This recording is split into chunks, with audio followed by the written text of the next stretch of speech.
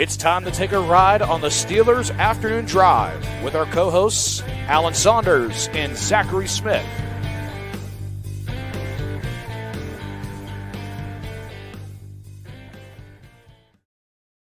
Welcome into another episode of Steelers Afternoon Drive. I'm Zachary Smith. That is Alan Saunders. Alan, how are we feeling? Good day of practice today. Fairly low-key locker room. Guys are trying to get out of there, get home, get their stuff ready tonight for leaving for Ireland this evening. It is such an interesting dynamic to me. There's like people that cover the team that are already over there. The team is practicing back here, so like whoever didn't go over still back here to cover the practice. It's just an interesting dynamic to follow along with everybody in the way that they're kind of doing things. And obviously you'll be like watching the game back here, but covering it like you would be. It's so interesting, just all the aspects of the way that this is going to go down. We actually got a question, a programming question, asked if we were still going to do a Steelers Now post game following this early game in Ireland. Alan, I hope so. We haven't talked about it. I just assume so. Yeah. I mean, I'm like, you have to figure things out in terms of when I am at the game for home games, away games, every game that the Steelers do not play at Acrisure Shore Stadium. Alan and I will be here for Steelers Now post game. That's set in stone throughout the season. Even without Alan and I don't even have to discuss. I just wait for Alan to text me, hey, I'm jumping on, and I jump on. That's the way it goes. So we will be here, whatever time that might be. I would imagine earlier. Yeah. Whatever time that might be from this I don't have to wait for locker room stuff to happen. So I mean, earlier just because not only is it a 9:30 kickoff, but you also will not be doing the normal post-game stuff in stadium. So there will definitely be a Steelers Now post-game following Steelers and Vikings on Sunday. So look forward to that taking place in Ireland. Speaking of Ireland, Alan, we talked about yesterday. Curious if we had any viewership or listener in Ireland. Luke Daly, big Steelers fan here from Ireland. Loved Alan talking about Cork and is this Kinsale? Kinsale, yeah. Okay, not bad. I'm from a town 20 minutes away. Can't wait to finally get to a Steelers game on Sunday. Love the content. Keep it up. Well, Luke, I hope you have a great time at the Steelers game on Sunday. This is our in, Alan. We know how we can finally now get to Ireland. Luke, I don't know if you're already married or what, but if you're not, you find a lovely lady down the road.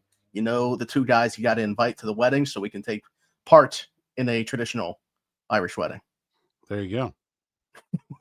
No, but genuinely, first Steelers game, that's got to be sick to take place there. And I hope someday you're able to make it across here and watch one at Acrisure Stadium. But looking forward to hearing about the experience. You'll have to let us know in the comments how it was for you. Alan, let's talk about, I mentioned that you were at practice today. DeShon Elliott, Joey Porter Jr. still limited. A couple guys from the offensive side added to that.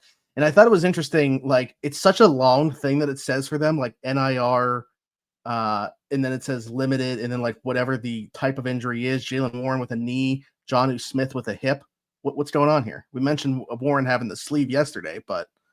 Yeah, so, I mean, all that means is the knee injury was a contributing factor to his lack of reps today.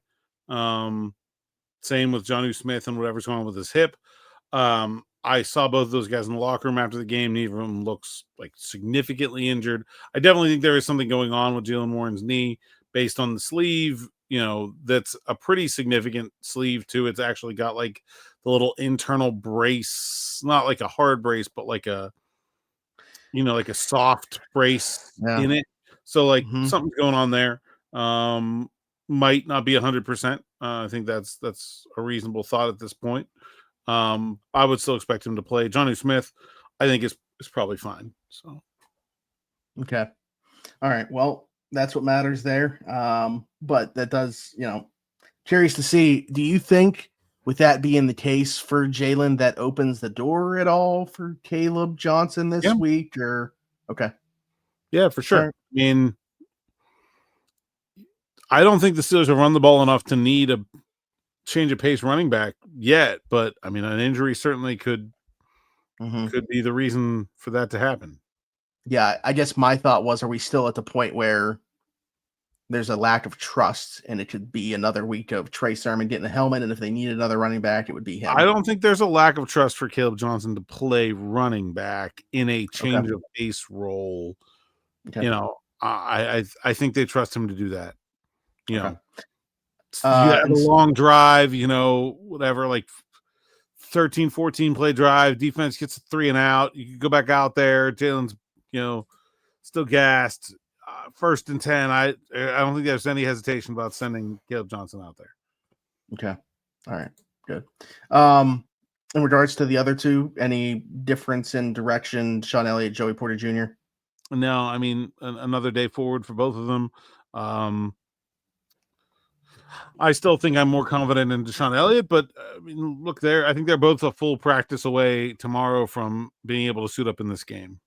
But when you say more confident, do you right now, if you had to make a call, do you think that he's going to play, or you're just saying more so Yeah, than Joey? I do think Elliott will play. Yeah. Okay. All right. The other thing that took place today was talking to coordinators. I don't know how much there is to discuss there. I know that, you mentioned TA kind of rehashed some of the conversation that we had about Carson Wentz and everything like that. So I don't know if anything he had to say on that was a bit different, but you can touch on that if there was before we go to the offensive side. I had forgotten about this. I did talk to Cam Hayward too. And I Okay. kind of asked him the same questions. Like, would you rather play the rookie and, or the veteran that you can fool a little bit? And he goes, from my perspective right now, just give me whichever one's slower, which I thought was a pretty funny answer. All right, so whichever one is going to be harder for me to catch, that's what I'm signing up for. All right, so typically the older guy. Yeah. I would say. So in this instance, I think Cam Hayward is on board with Carson Wentz. TA talked a little bit about the decision to go with Cole Holcomb at linebacker. Said he feels like he's earned it. Doesn't think it's set in stone going forward who plays what and where. That there's a number of different ways they can do it, and it'll depend on the matchup and how things go. Not a team that I expect to be real heavy in terms of personnel this week. They don't have a fullback. They really only have one running back, and they don't play a lot of 2 tight ends. So, would be expecting. But they do pay a second tight end pretty decently. Josh Oliver is just like a pure blocker. Yeah, when he's in there, you just treat him like he's a lineman. But yeah.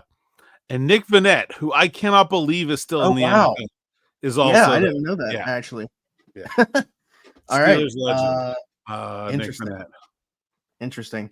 We're going to talk more schematically about what the Vikings do on offense. Obviously tomorrow when DB is on. So definitely looking forward to that conversation. But on the flip side of things, running the show for that Vikings defense, Brian Flores, who still and for several years going forward, I'm sure will continue to be brought up by the Pittsburgh Steelers fan base.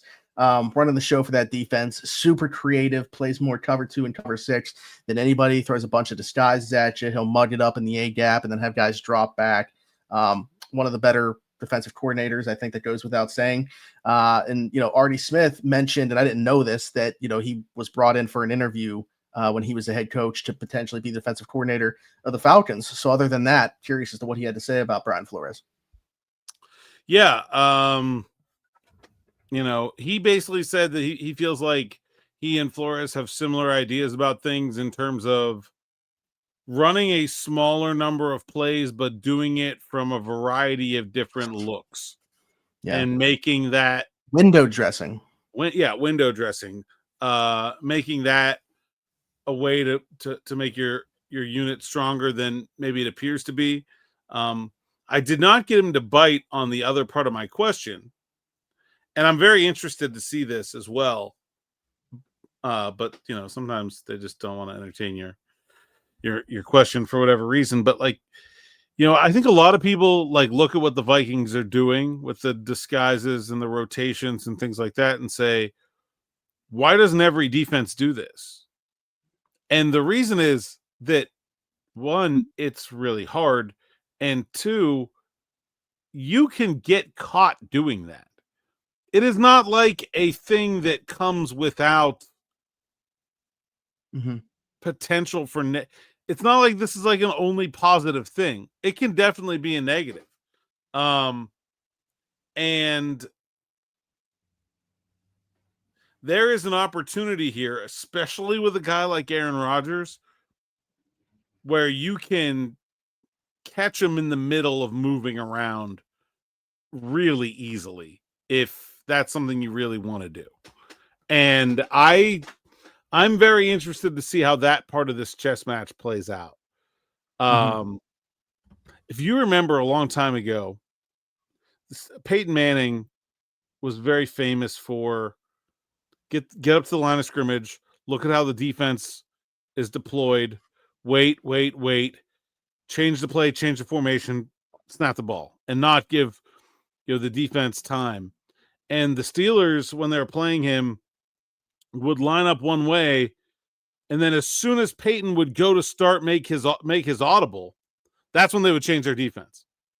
So they would just stand there staring at each other, waiting for the other one to change, and then like Manning would make the change, then the Steelers would change the defense. And like I can absolutely see a little bit of that spy versus spy kind of thing happening this week with Rodgers, a very cerebral quarterback, like notorious for catching defenses with their pants down, so to speak. Too many players on the field in the middle of a change, in the middle of an audible call.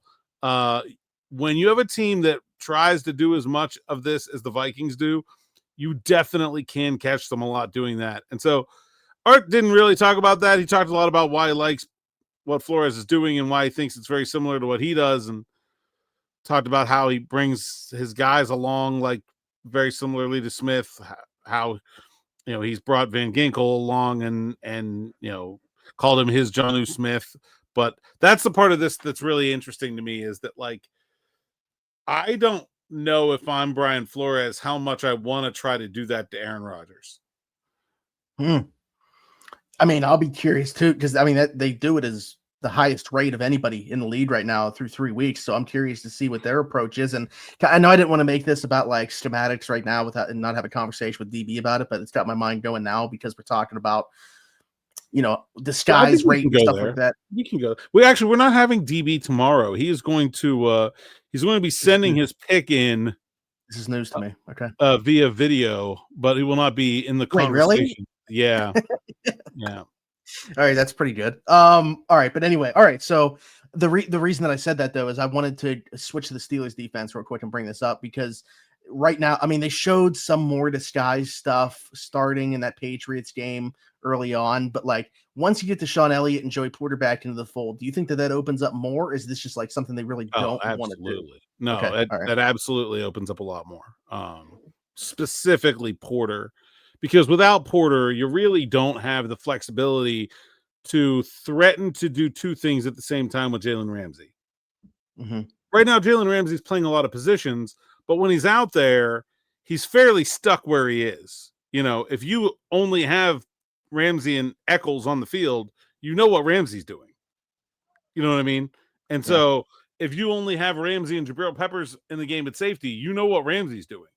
And so the ability to put Porter in the game, I think now if you have Porter and Slay out there on every snap, now Ramsey really is a wild card where you don't really know where he's going to go and what he's going to do.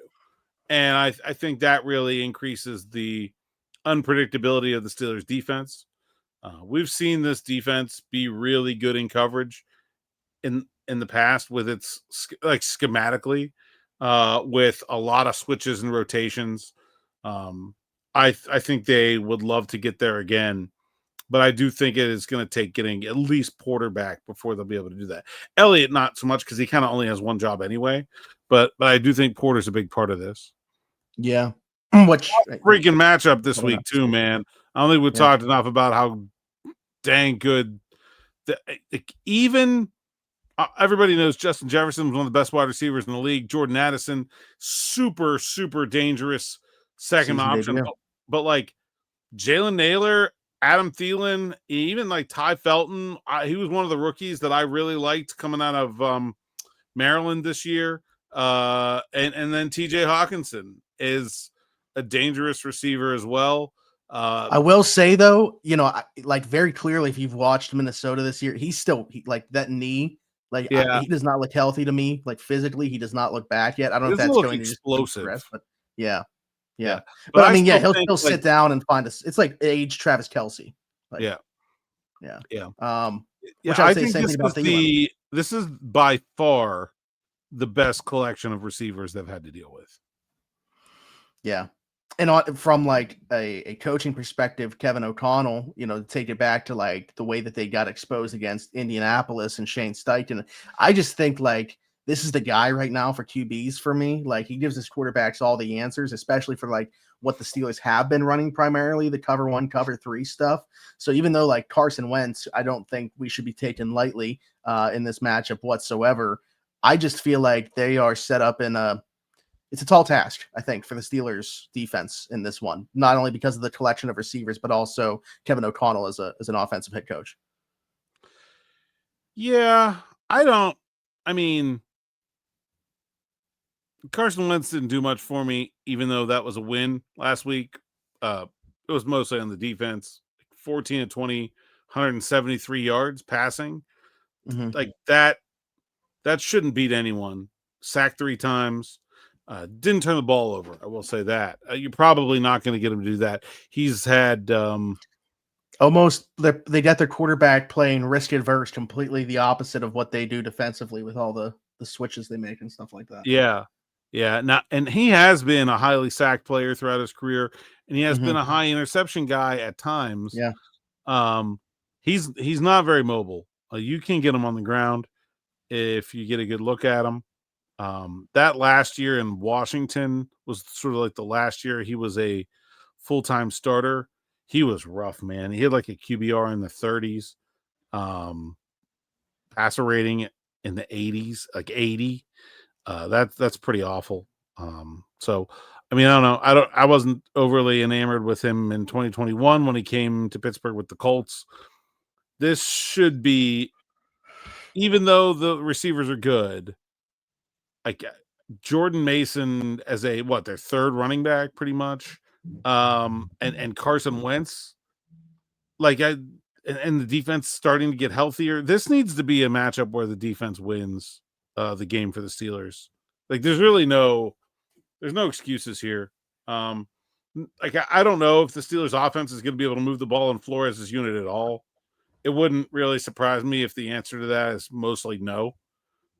But this defense has to come up with an answer here because while there are parts of this unit that are good, this is not a good offense.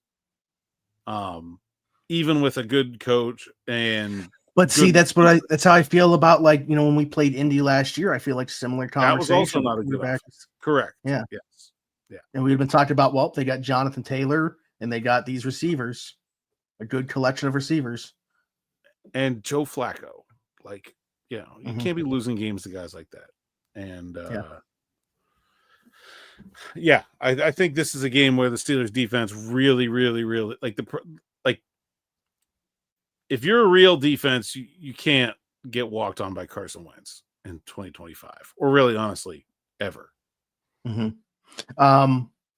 switch back to the offensive side of the ball here, because this is where I want to work in a question, have a bigger conversation based off of this. But in week 1 that we saw some guys schemed open. And then, we've talked about how much teams are playing just with that 2 shell, not getting out of it. Steelers can't run the ball and teams have no reason to really respect that. So I don't know if that's the biggest reason here in your mind. We've been getting a lot of questions again. The conversation's ramping back up about Roman Wilson. And Tyler Alvarez here said, "Oh, here's a question. Where is Roman Wilson and why?" I mean, Roman Wilson has 41 snaps through the first 3 games. So he's been out there a good bit. I mean, very clearly wide receiver 3 on this team. I think Skoranek has 17. So not close there at all. And he's got 2 targets.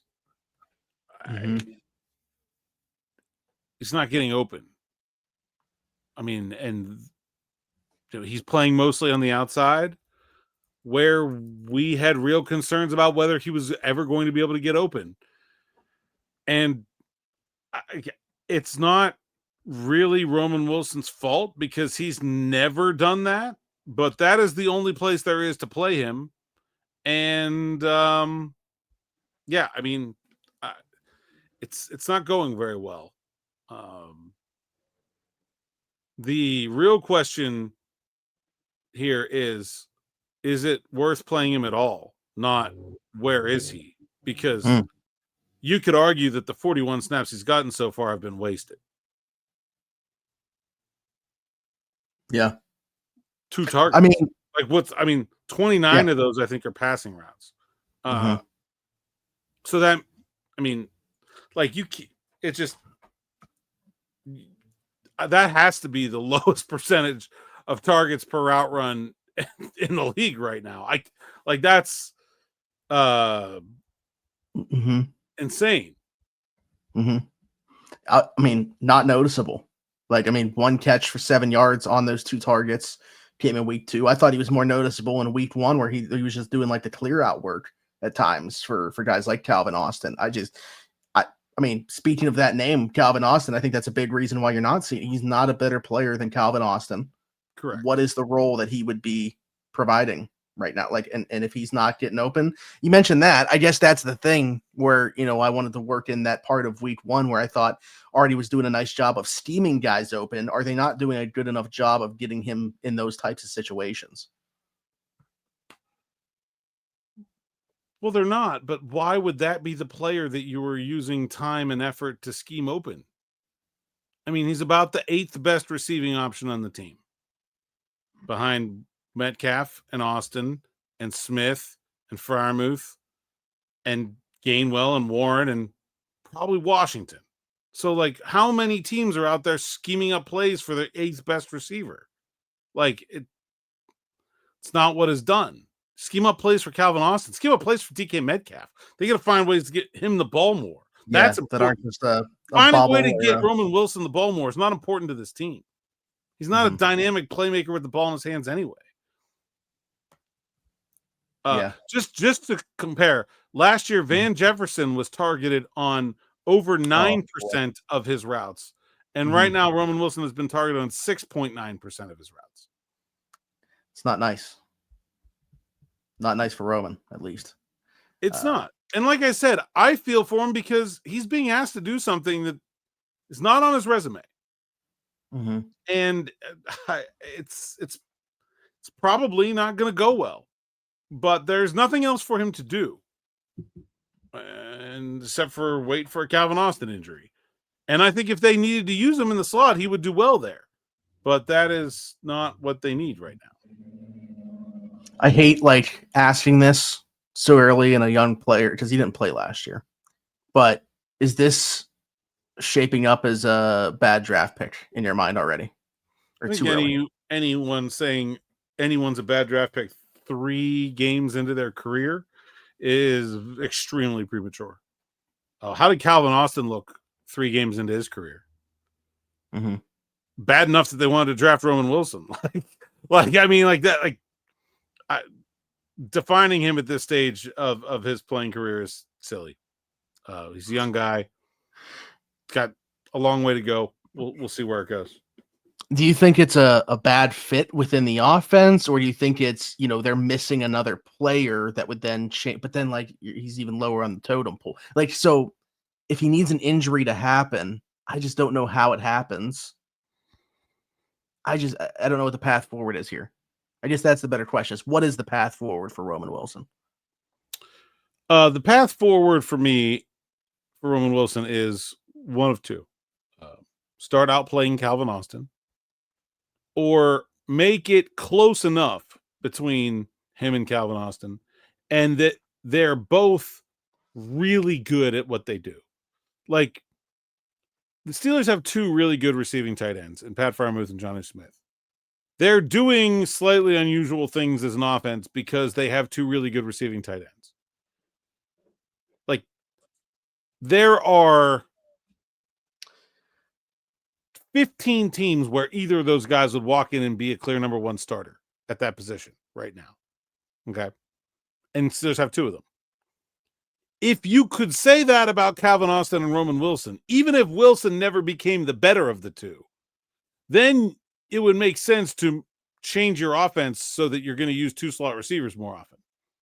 You know, you're going to play 4 wide now, or you're going to play, 3 wide with Jonnu on the outside, and you're going to run both Austin and Roman in the slot.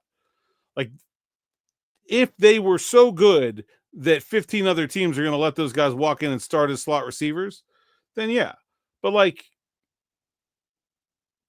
that's not where those guys are right now. I don't even know if I would consider Austin an above average slot receiver. He's good enough, but like, I don't know, start naming the top slot receivers in the NFL. How far do you get before you name Calvin Austin?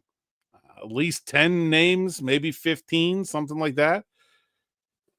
Like, that's not going to be the way it works. Like, he's going to have to at least be that good to get some playing time. Mm-hmm. I mean, I'm not saying that he can do it with any consistency, but speaking of Calvin, and you're talking about in the slot, but playing on the outside, I mean, that rocker step that he hit on that DB to score the game-winning touchdown. I mean, if you do that with some consistency, maybe he could survive outside. Yeah. Now, the other thing about Roman is that he and Calvin can be a big little combo. Like, you can use him when you want strength and toughness, and you can use Calvin when you want speed and to stretch the field. But right now, I don't think there's anything that Roman is doing better than Calvin Austin, and that's why he's not getting any playing time in the slot, and he's not going to be good outside. I mean, I don't want to say ever, but like, it's unrealistic to expect him to be good outside right now. Last thing I'll ask, kind of related to this, because we had like a full-blown conversation about it this week on Around the 412, is do you feel like this offense has been, through 3 games, what you've seen, do you feel like they have been held back by what's not there in the receiving room, or you don't think it would make a difference based off what they're trying to do? Yeah, absolutely. Significantly. It's probably the biggest problem with the offense. Nobody's open most of the time. Like, Calvin is not playing. Like, that's why the conversation about Roman is like, Calvin is not playing great football out there. It's not like he's like so good, and that's why Roman Wilson is not getting on the field. Like, you have a guy who's doing like pretty okay, who's way ahead of where Roman Wilson is.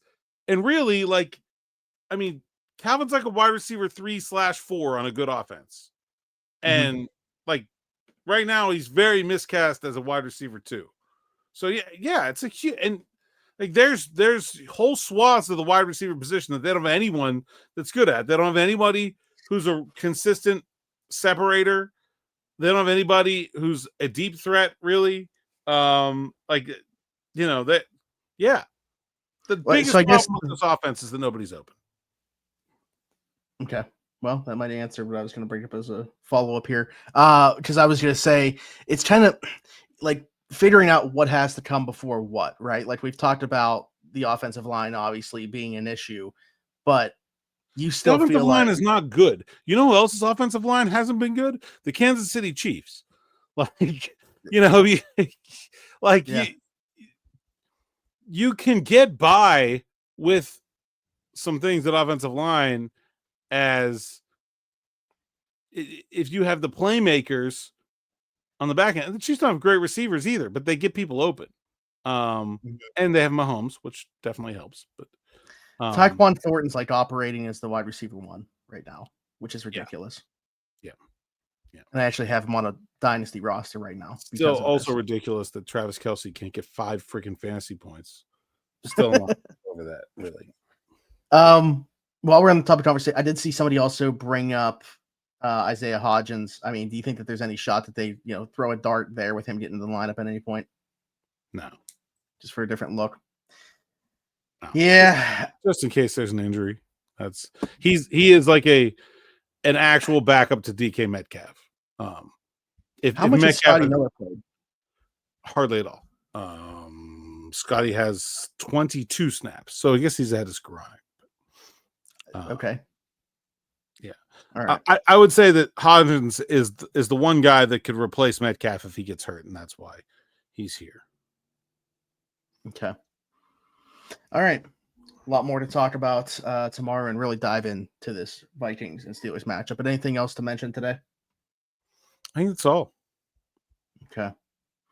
Also, we got a comment here. I don't think I brought up this spelling. Gelato Salad said, "My name is spelled Zachery." I commented back and said, "Not the worst." That's my thought on that. I'm still Zak is the worst, but can't say I love it either. And then I got to shout out to my guy Devin here because he said the beer puns by Alan are lager than life. Yes. I'm sorry. I missed the assignment yesterday. My mind was not turned on during all of this, but I'm glad that somebody in the comments picked up the slack. So we appreciate you, Devin. Alan, until tomorrow, tell people they can find you. Saunders _PGH on X, Instagram, TikTok, and Blue Sky. PGH Steelers Now site's account, SteelersNow.com. Go there, read the words so I can get paid. Sign up for SN Plus. My notes from the road column from New England is finally up. Sorry for the delay there. You can check that out if you're an SN Plus member. And anyone can subscribe and hit that bell for notifications here on the YouTube channel. We are at a number that just is not going to allow us to play our little game here. We are at 16,758. Yeah. I don't know if there was a Steeler that wore 58 before Jack Lambert.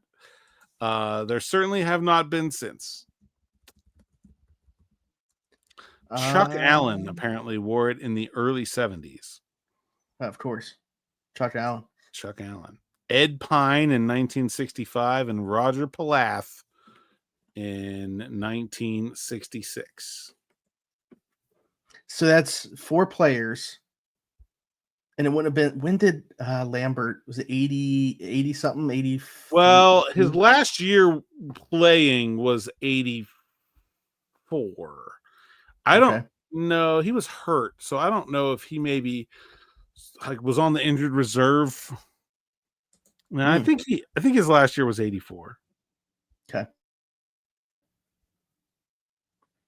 So turf still toe, by the decade way, before my time. Turf toe was the career-ending injury there. In 84. Yeah. Sorry, Joe Burrow. Career's over. Yeah. But all right. Anyways, like, subscribe, hit that notification bell. As Alan said, hit us in the comments. Your thoughts, anything we talked about today. Question for a future episode. I would typically say give us your favorite number 58, but seems null and void here. If you're listening somewhere else, Apple, Spotify, wherever your podcast from, if you're old enough to remember, just give us your favorite Jack Lambert play. How about that? Ooh. Okay. Let's get some Lambert memories going. That'd be cool. And I don't fall into that. And I'm not going to age anybody here, but I feel like we could get a comment about this from the desk of Ken. I just feel pretty good about that. Apple, Spotify, wherever your podcast from, 5-star review and subscribe over there. Just search through his afternoon drive. Do the same thing over on TikTok, and then you'll find me everywhere. Zachary Smith, PGH for Alan Saunders and myself. Thanks for jumping in and take another ride on the Steelers afternoon drive.